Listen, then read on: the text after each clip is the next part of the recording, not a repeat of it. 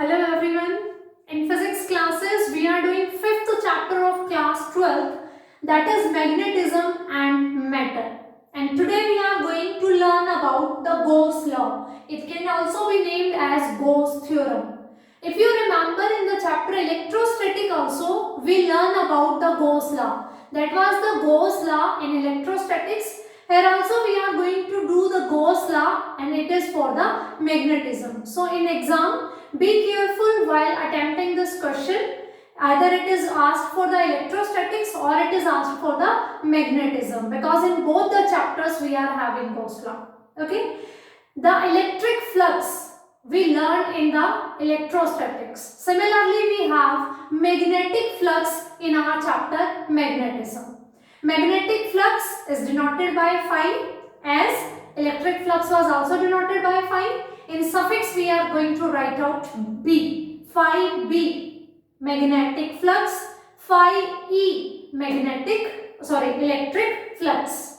Okay, if I am writing phi B, it is magnetic flux. If I am writing phi E, it is electric flux. Okay, so what is the flux in electrostatics?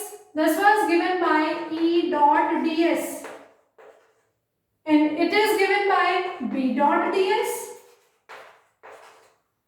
The very similar case is here, as we have already done in the electrostatics.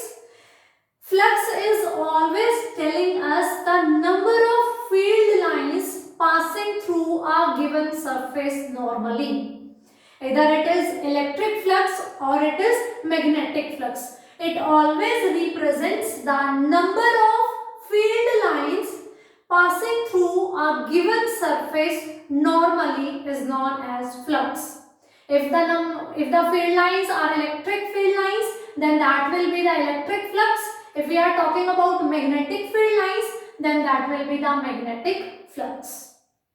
The Gauss theorem in electrostatics we learned that was given by phi E is equals to closed integration of E dot ds is equals to q by epsilon naught. And that was applicable for a closed surface. In any closed surface, if q is the net charge, then total flux is given by q by epsilon naught, or it can be found out by the closed integral of E dot ds. We also done so many applications of Gauss law in electrostatics to find out the electric field intensity due to a thin wire, infinitely long wire which was carrying some charge. We discussed the electric field intensity due to spherical shell, due to solid sphere, due to plane, thin, infinitely long sheets carrying charges. Okay. So similarly, we are going to learn the Gauss law in magnetism, and its statement is given by the net magnetic flux through any closed surface is always zero. The net magnetic flux through any closed surface is always zero. So phi B notation will be remain same. Okay, for electric flux as well as for magnetic, we are going to put the suffix E for electrostatics, B for magnetism. So phi B is equals to B dot ds is equals to 0. It will always be 0. Okay, net flux through any closed surface is always 0. So it will be equals to 0. We know flux is given by B dot ds. Integration means we are calculating it for a complete closed surface. So that's why we are adding all the flux through that surface. Suppose this is that closed surface. These are magnetic field lines and its flux is given by 0. This is the Gauss law in magnetism. In electrostatic, it was given by E dot ds is equals to q by epsilon naught. Then why we are getting here 0? Why it is not having any finite value as like in the electrostatic? The reason, we have learned about the difference between electric field lines and magnetic field lines. In our previous classes, we have discussed the characteristics of electric field lines, magnetic field lines and difference between them. Then we learned this, the electric field lines started from positive charge and then move up to infinity. Or for a negative charge, we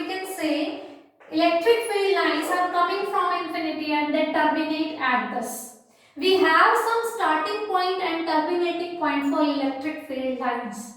But magnetic field lines always form closed loops. They always form closed loops. There is no starting and no terminating point there. So these lines, they are forming some loops like this. There is no starting and terminating point for these lines. And we know monopoles never exist. We know this thing, monopole never exists, but isolated charges exist.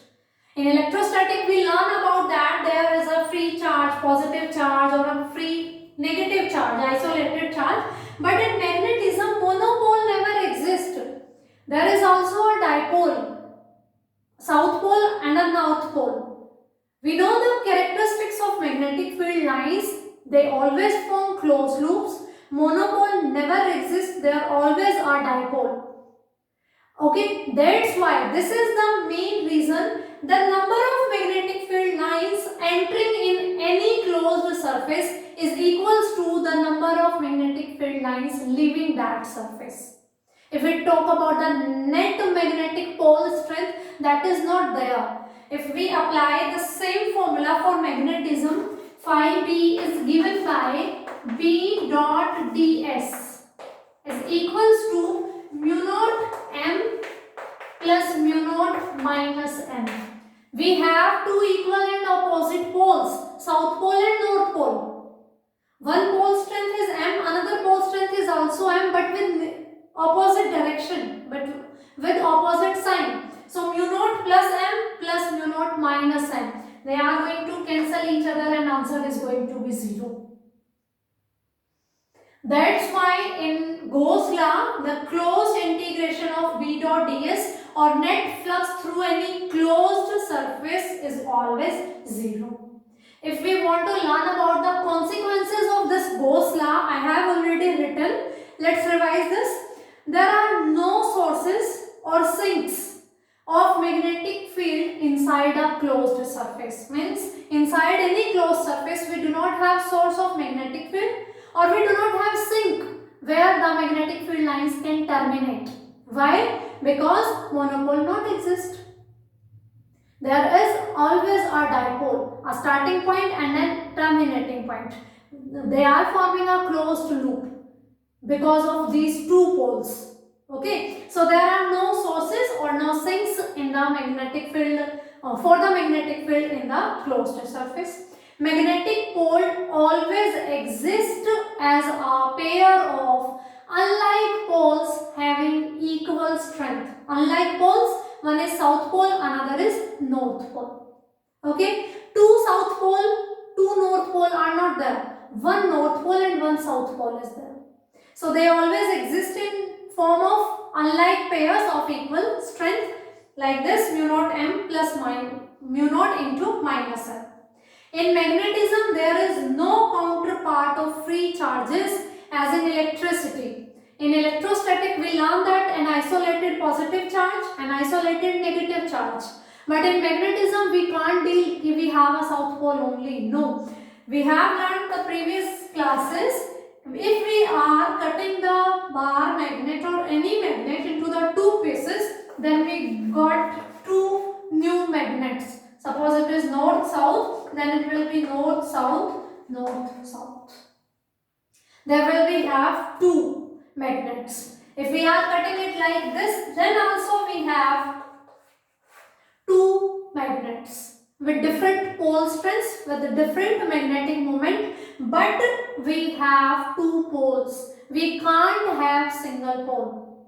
Okay, so there is no counterpart of the isolated free charge in magnetism, and the number monopoles do not exist. Number of magnetic field lines entering in any closed surface is always equals to number of magnetic field lines leaving that surface. From here we can see these are entering in the closed surface, and you can see these are leaving the closed surface. They are always equal. That's why according to Gauss law, net magnetic flux in any closed surface is always equals to 0. So be careful while attempting this question in the exam, whether it is asked for electrostatics or it is asked for magnetism. For electrostatic, phi E is given by Q by epsilon naught. In given closed surface, how much net charge is present? And for magnetism, phi B is always equals to 0. So this is all about the Gauss law. If you feel any kind of doubt regarding this topic, you can text me, and this is sufficient for this class. Thank you.